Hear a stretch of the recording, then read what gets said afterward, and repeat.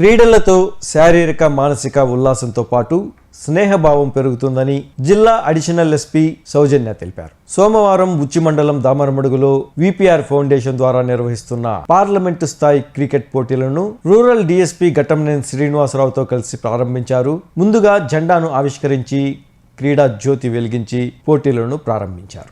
ఈ సందర్భంగా ఆమె మాట్లాడుతూ క్రీడాకారులు క్రీడలను స్ఫూర్తిదాయకంగా తీసుకుని స్నేహధర్మంతో ఆడాలన్నారు. యువతలో స్ఫూర్తి పెంచేందుకు ఇలాంటి పోటీలు నిర్వహించడం గొప్ప విషయమన్నారు. క్రీడాకారులందరూ బాగా ఆడి రాణించాలని ఆమె ఆకాంక్షించారు.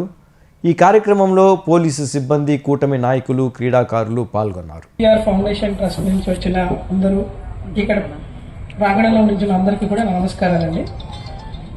ఈరోజు నిన్న మా రూరల్ డిఎస్పీ గారు మేడం మ్యాచ్ ఉంది అన్నారు. సో రావదండి, రావడానికి కుదరదండి అనుకున్నాం. కానీ ఇక్కడికి వచ్చాక నాకు చాలా ఆహ్లాదంగా అనిపించింది. విపిఆర్ ఫౌండేషన్ తరఫున ఈరోజు మ్యాచ్ కండక్ట్ చేస్తున్న దామర్లమడుగు విలేజ్లో పార్టిసిపేట్ చేస్తున్న 2 క్రికెట్ టీమ్స్ కొంచెం వాతావరణం చూసుకుని బాగా ఆడాలని కోరుకుంటున్నాను.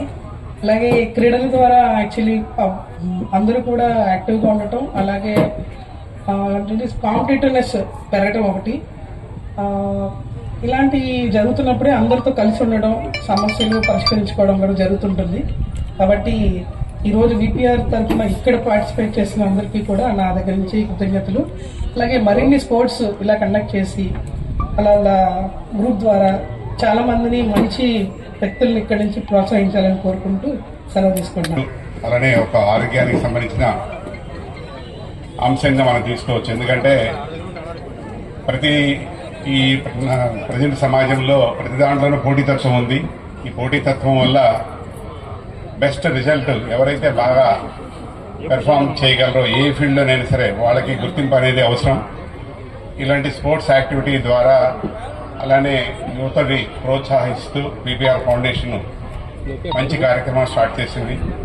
దీని ద్వారా మనకి యువతకి అవకాశం ఇచ్చినట్టు, అలానే స్పోర్ట్స్ని ఎంకరేజ్ చేసినట్టుగా ఫౌండేషన్ వారిని అభినందిస్తూ ఇలాంటి కార్యక్రమంలో అందరూ పాల్గొని యువతని ప్రోత్సహిస్తూ ఎటువంటి తారతమ్యాలు లేకుండా ఈ కార్యక్రమాన్ని దిగ్విజయం చేయాలని చెప్పి